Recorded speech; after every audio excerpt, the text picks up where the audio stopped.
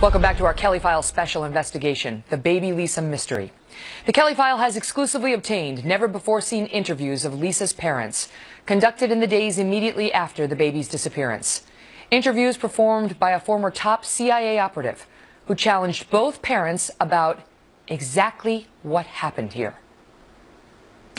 Debbie, I think the first question that I need to ask you this morning, okay, is what involvement did you have in the disappearance of Lisa? None. The only thing I did wrong was drink that night and possibly not be alert, not here.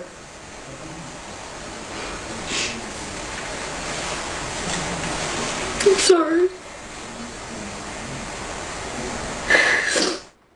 Phil Houston worked for the CIA for 25 years. He has conducted thousands of interrogations and grilled double agents and terrorists. And he is credited with developing a deception detection method that is used throughout the U.S. intel and federal law enforcement worlds.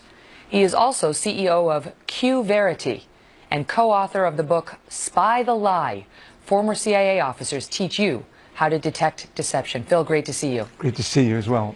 So what most of America did not know was in the days after Lisa Irwin went missing, you and another partner went to interview Deborah and Jeremy about the disappearance. And you went in with an open mind. It's on the tapes. You say, I'm not here to represent you. I'm here to represent the baby. Correct. And I may bring this to the police. This is going to be an open interview. Why did you set the stage like that? She had been through a ton of questioning, as had Jeremy. And one of the things that we were concerned about is that they would be conditioned to answer these kinds of questions. And if we're going to be able to spot a lie, there has to be a fear of detection, a fear of getting caught. And we wanted to make sure that that fear was instilled or reinstilled, if you will. Did you go with any preconceived notions about their guilt? We did.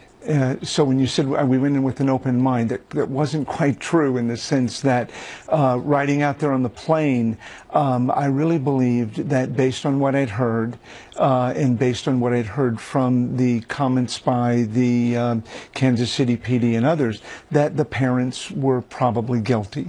And also just statistically, it's heavily slanted toward parental involvement. So I assumed that there was a high probability that they were guilty. So when you asked that question there and you heard her answer, what was going on? I was surprised, because if you notice, what I didn't ask her was, did you do it? Because if I say, did you do it, every criminal in the world expects to be asked that question. What involvement did you have? What involvement? It's presumptive. The psychological difference is the truthful person doesn't have to process that question. They're hearing, did you do it? The deceptive person, the criminal, what involvement did you have? What do they know? What is it that they've spotted? What is it that they've uncovered? And all that processing will manifest itself as deceptive indicators. And in that answer, what did you hear? We didn't see those deceptive indicators. She answered the question directly. We're not giving her credit for answering it directly. What we're giving her credit for is not exhibiting the deceptive indicators. You didn't see any significant nonverbals. What we also saw that got our attention immediately is in the question, she immediately went to the fact that she had been drunk that night. So she was actually accepting some culpability for perhaps what had happened. Which is the behavior of a truth teller? Well, you certainly don't see criminals taking culpability for, for the event, and that was a bit odd. Let me play the second question of the interview. Let's go.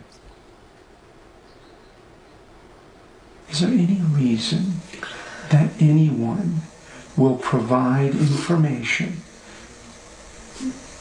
or evidence that indicates that you were or are involved in her disappearance? No. What's happening there? The same thing. What's really interesting is, and it's perhaps not obvious on camera, is that between the first question and her answer, and then that answer and that question, was about 8 or 9 seconds.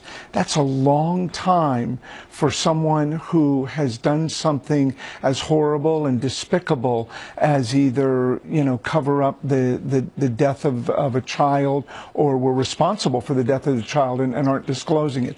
And so you saw immediately she answered that question without hesitation, without any of that processing that I referred to a moment ago.